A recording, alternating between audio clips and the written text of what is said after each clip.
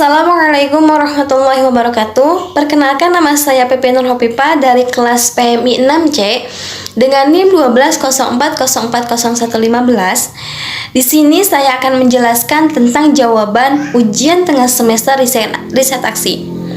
Baik, langsung saja. Yang pertama yaitu bagian A tentang riset aksi. Apa sih yang dimaksud dengan riset aksi? Riset aksi adalah riset yang didasarkan pada aksi yang nyata dengan mengembangkan partisipasi masyarakat dalam menyelesaikan suatu masalah dan merancang program untuk memenuhi kebutuhannya sendiri, kebutuhan masyarakat itu sendiri gitu. Tujuannya adalah pemberdayaan masyarakat. Biasanya riset aksi ini lebih dikenal di kalangan LSM atau lembaga-lembaga yang bergerak di bidang pembangunan.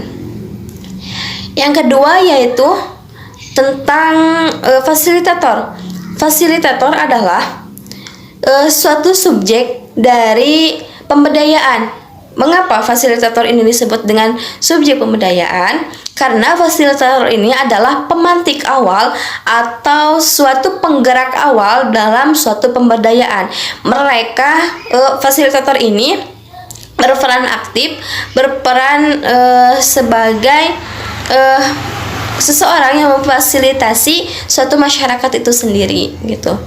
Yang ketiga atau C, partisipan. Apa sih yang disebut dengan partisipan? Partisipan yaitu objek yang akan diperankan menjadi subjek pemberdayaan.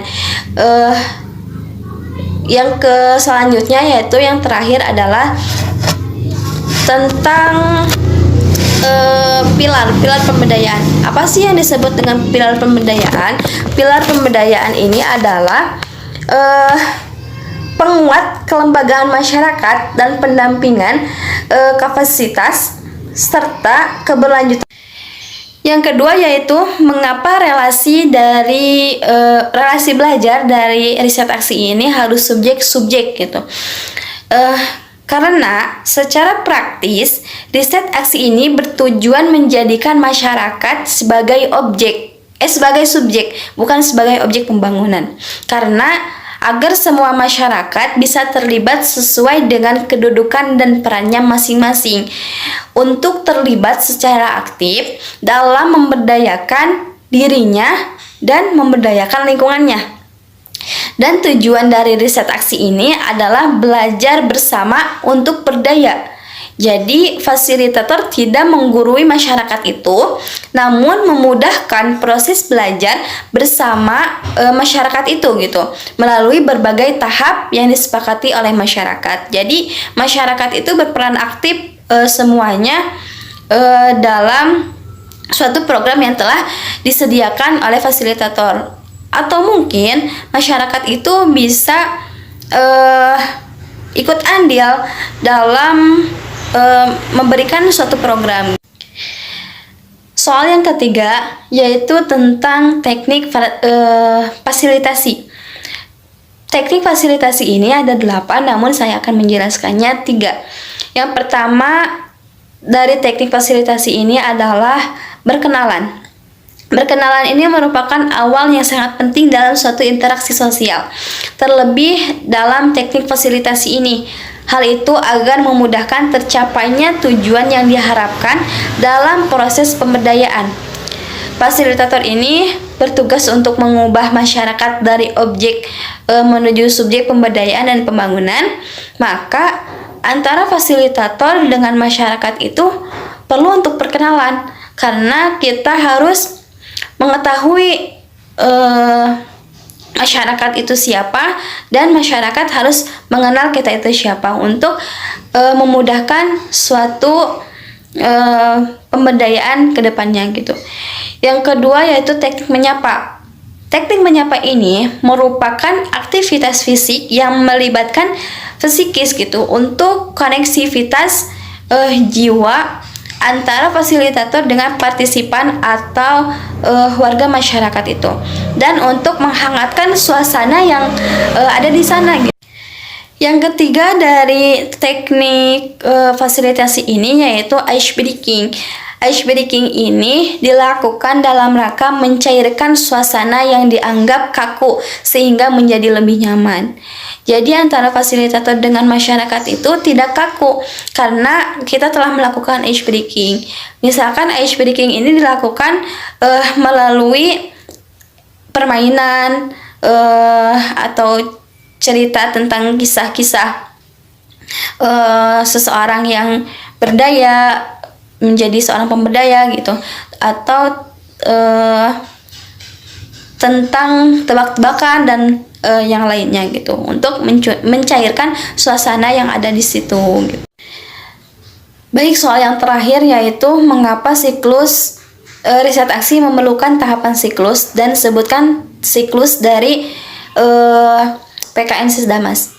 Baik, karena dalam riset aksi ini memfasilitasi semua tahapan, diharapkan seharusnya terjadinya pembongkaran sekat-sekat yang menghilangkan dominasi dan diskriminasi antara fasilitator dengan masyarakat itu, di mana hal tersebut bisa terjadi dengan menumbuhkan nilai-nilai kemanusiaan. Oleh karena itu, penumbuhan nilai-nilai, sikap atau perilaku untuk membangun manusia yang berdaya atau pemberdayaan sejati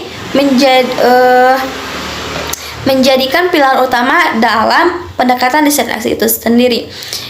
Jadi tahapan siklus ini bertujuan untuk tidak adanya diskriminasi atau dominasi antara fasilitator dengan masyarakat itu sendiri.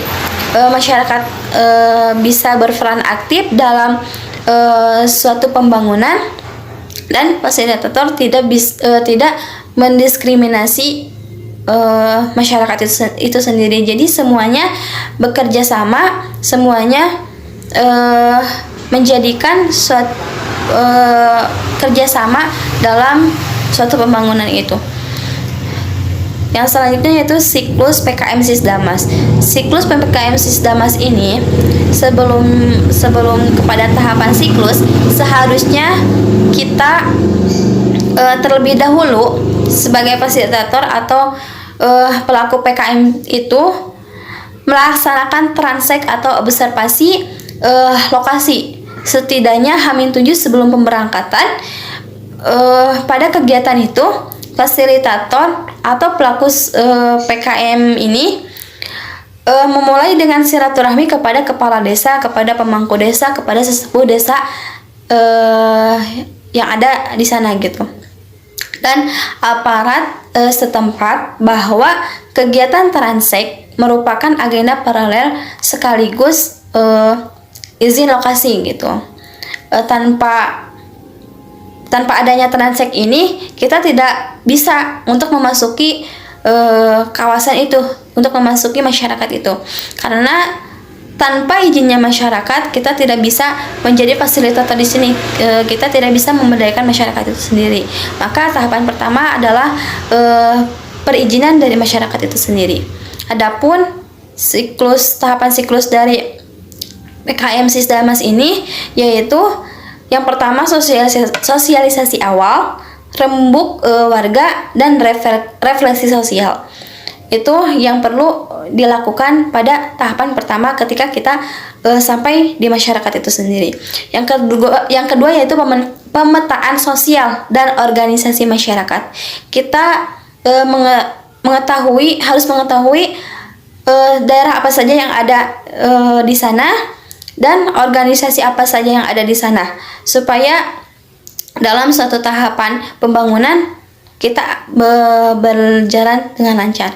Yang ketiga yaitu perencanaan partisipasi dan sinergi program. Maka di sini diperlukannya partisipasi masyarakat dan sinergi dalam program yang telah kita rencanakan gitu. Yang keempat yaitu pelaksanaan program dan pemantauan evaluasi. Maka setelah tahapan 1 sampai tahapan 3 itu terrealisasi, sudah dilaksanakan gitu, maka tahapan terakhir yaitu kita tinggal melaksanakan program itu sendiri dalam kegiatan kita sehari-hari gitu, sambil pemantauan evaluasi apa saja kekurangan dari kita selama sehari-hari gitu. Mungkin itu saja yang dapat saya sampaikan. Mohon maaf apabila ada kekurangan. Billahi taufiq wal hidayah. Wassalamualaikum warahmatullahi wabarakatuh.